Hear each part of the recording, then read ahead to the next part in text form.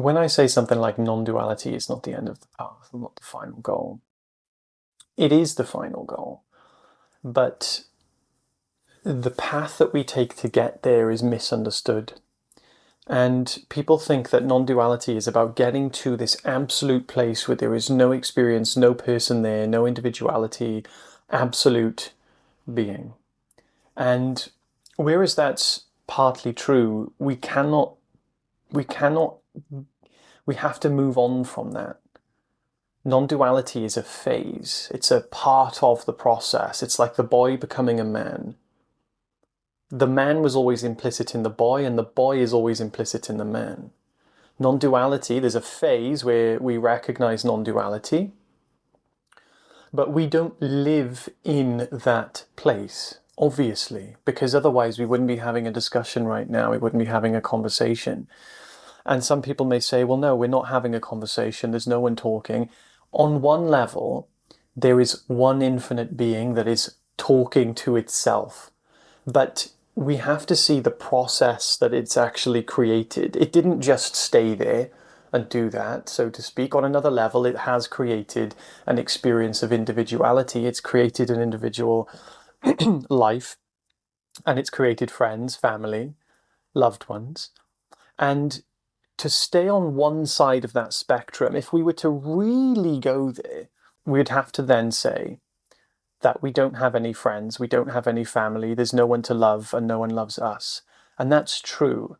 But tell that to your daughter. Tell that to your mother, your father, your friends who aren't into it. Why is it then important to not be in that way? Why is it not important? Because on an ultimate level, then there's no point in even connecting to these people. Empathy is redundant. Compassion is redundant. What would be the point? It would give zero meaning to anything. So what really happens is that infinite being, whatever we want to call it, creates everything that could possibly exist. And in creating everything that could possibly exist, it creates individuality to experience it.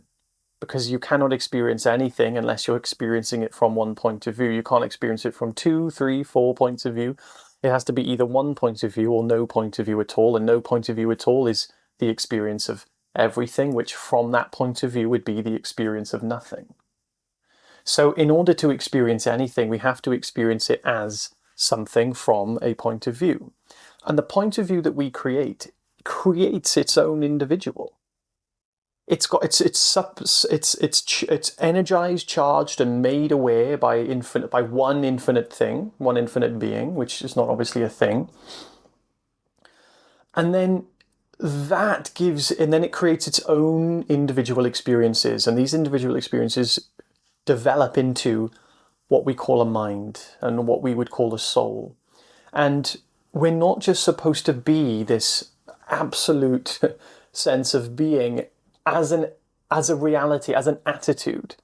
You see, we convey it as an attitude. That's what gives us peace, happiness, joy, connection, freedom.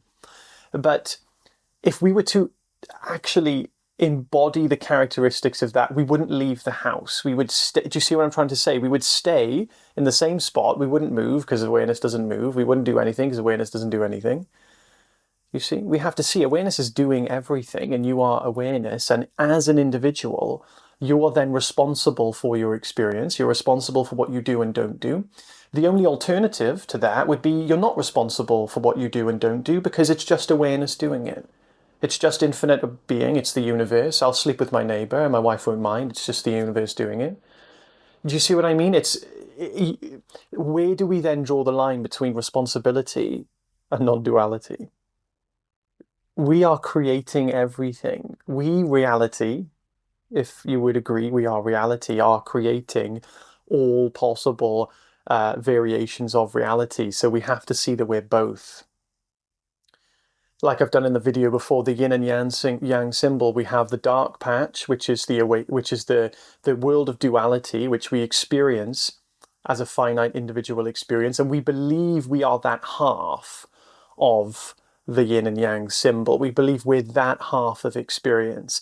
Then we have an awakening. That's the white dot in the black half of the thing. We teleport through, so to speak, to the white side through the black side of that white side. You see, on the yin and yang symbol. Now we're over on the white side. We go, oh, everything is one. There's nothing separate. This is the universe is not even there. It's just this emptiness, and I am this fullness, and there's a full emptiness, and this is the totality is complete non-existence. There's nobody there, no individual. And we go to this side of the spectrum. It's then necessary to go to the other side of the spectrum, which most people do because they realize they're having this realization of the whole white side of the non-dual perspective. And then they realize they're having that experience as a body, as a mind. They are a body and a mind as well. They're still having that experience. It's still implicit in the experience. And then they wonder, well, why am I still experiencing this? What is this? Oh, and then we realize, oh, so the seeming separate world is actually made of this absoluteness. Well, the fact that we give credit to a seeming separate world implies we are experiencing on one level a seeming separate world that is then made of reality. So we have to come to the stage where we experience duality, and it can imply separation, but it doesn't tell us separation. It doesn't actually say separation. If we was to have someone smile at me, it implies they're happy. It doesn't tell me that they're happy. They could be very sad. They could be faking it. We don't know. The same is with duality, the seeming world of duality, the place where we type on keyboards. If we weren't going to experience duality after non-duality, we wouldn't be able to do anything. We wouldn't be able to interact with the world. The problem is when we associate duality, the world of individuality, and believe we are fundamentally that world of individuality and that everything is separate in it. We know that it's not. So there's a stage where duality, we could say the world, shines with reality. Instead of the world being implicit with separation, the world is implicit with reality. Before, having a conversation, looking at a separate world, would go, oh, this means that everything is separate. But then we go through the process of realigning our mind and body with this new conditioning, with this new understanding, which then makes duality implicit with reality. Instead of saying, oh, this is a separate world, we're not triggered into thinking that and believing that and therefore behaving and acting in accordance to a separate self. The world shines with reality. The world is implicit with wholeness, peace, happiness, lack of separation, non-duality. So non-duality, this aspect of non-duality that we're learning from probably every YouTube video that you've ever seen online, is a phase. This is why you're seeing other teachers coming out going, I love non-duality, I was a non-dual teacher, now I'm not a non-dual teacher anymore, blah, blah, blah. Oh, non-duality is, I'm not a non... Why are we seeing people doing that? It's because non-duality is a phase that we have mistaken for the ultimatum. Like the same, like thinking that the transition from a boy to a man, that part where he's about 18 to 21, so maybe even 30 years old nowadays, is seen as the ultimate goal of the man. You see? It's not. The transition is necessary. It's important transition to see, and it's always implicit in the rest of the man's life, but the phase he goes through is still a phase. It's not. It's implicit. Yes, being the man is implicit in the man for his rest of his life, but that's not this focus point. You see? The same is with spirituality. This isn't our focus point. The focus point, if we get it, amazing, like Alan Watts says, get the message and hang up the phone. Now we continue to live and realign the fact of being an individual, maximizing our individual qualities and having a fantastic life.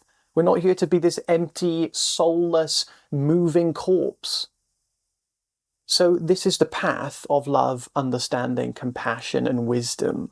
This isn't the path of completely reducing our sense of responsibility to the universe and saying that we don't exist. It's not the way to live. And even if you think it is, I disagree with that. I don't think that's the way to live. And if you agree with that, if you agree with me, I have a free community. I share how to find this unconditional peace of non-duality, but also humanity.